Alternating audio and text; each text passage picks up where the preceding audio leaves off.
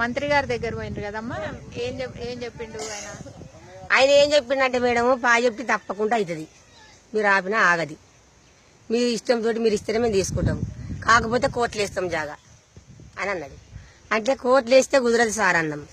మాకు కోట్లు వేస్తే కుదరదు, మా భూమి మాకు కావాలి, మా జాగా మాకు కావాలి, మా గూడు మాకు ఏడున్నా మాకు గూడు కావాలని అడిగినాం.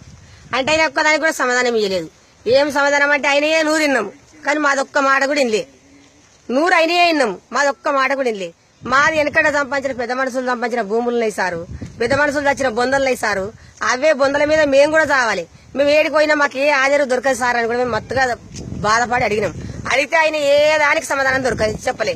నీకు ఏమన్నా అంటే డబుల్ బెడ్రూమ్ కట్టిస్తా, నీకు ఏం లాస్ అవుతున్నావు, నీకు ఇల్లుకు పైసలు ఇస్తున్నా, ఏం లాస్ అవుతున్నావు, ఎంత ఇస్తాడో ఇల్లును బట్టి నేను ధర కట్టిస్తా, నీకు డబుల్ బెడ్రూమ్ కట్టిస్తా. ఇప్పుడు నీకు భూమి ఉందా? భూమి 10 గుంటల భూమి ఎవరికి లేదు మేడం, మాకు 10 ఎస్సీలకు 10 గుంటల భూమికి ఎక్కువ ఎవరికి లేదు, ఏం లేదు. ధర్నా చేసుడు బర్రు బుర్రు. ఆ ఉన్నోనికి 20 ఎకరాలది, ఆ 20 ఎకరాలు ఉన్నోడు ఒక్కడు కూడా వస్తలేడు. 20 ఎకరాలు ఉన్నోడు బదులు మేము 3 నెలల కోలే మేము లేనుళ్ళము పోరాటం చేసి మా రెక్కలు బొక్కలు అన్ని మాకు లేవలేకుండా అయిపోయి, మా పానాలు కూడా ఏం లేవలేకుండా శాతాకుండా అయిపోయి, మా తిండి తినబుద్ధి లేదు మేడం. మాకు ఏం ఊరు వద్దంటే నిన్నటి నుంచి మళ్ళా నాకు పెద్ద జ్వరం వచ్చింది.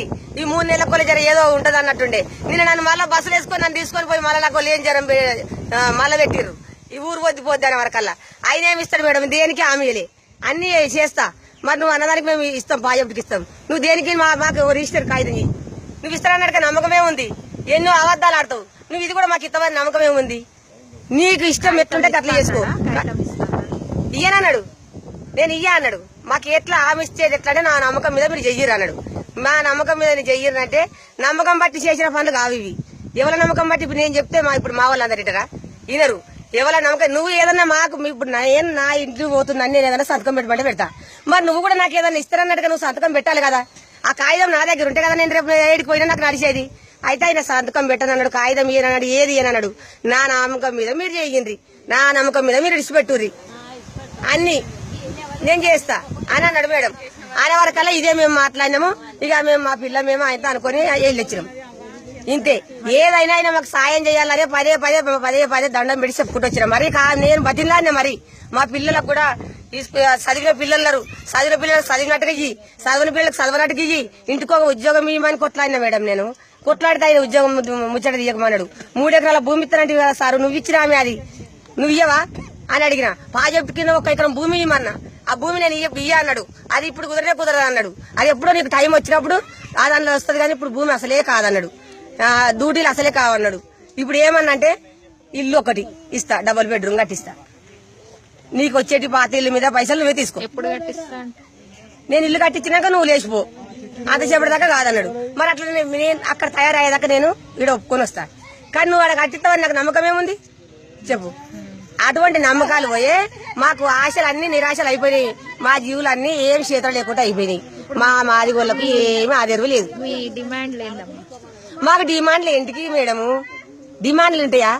జాగా ఇప్పుడు గుండెకు డిమాండ్ ఉంటుందా మేడం? ఇప్పుడు తల్లి గర్భం, ఇది గర్భానికి ధర కడతామా? అది కూడా అంతే. మాకు మా భూతల్లికి మేము డిమాండ్ పోలే, మా తల్లి మేము కాపాడుకుందామని పోయినాం అంతేగాని మేము ఏమో డిమాండ్ మాట్లాడి మేము తల్లిని ఇస్తాము, మేము ఎక్కడో పోతాం అన్నట్టుగా ఆలోచించుకొని మేము నడుకోవాలి. నేనైతే నన్ను అనుకోకుండా నన్ను బస్సులో తీసుకొని పోతే నాకు అనేక జ్వరం వచ్చింది. ఇప్పుడు ఏమో కారు వచ్చిందన్న వరకు నేను ఉరికొచ్చిన మేడం అంతే. నాకు 2 కొడుకులు, 1 బిడ్డ. ఆ ఉన్నదే ముత్తమంతి ఇల్లు. ఆ ముత్తమంతి ఇంట్లో కుక్క పిల్లలు అన్నట్టు అంటారు. ఆయన ఇచ్చే బెడ్రూమ్ లో ఎంతమంది అంటారు మేడం చెప్పు? ఈ ఊళ్ళో అంటే మనకు సరిపోతుంది. ఆయన ఇచ్చే బెడ్రూమ్లు ఎట్టుంటారు? అట్లా కట్టిస్తానని అన్నారు మేడం. ఆ ఊరు మాకే ఉండాలి, మా జాగ్రత్త మాకే ఉండాలి, అన్ని మాకే ఉండాలి. నా పేరు నర్సమ్మ. మేము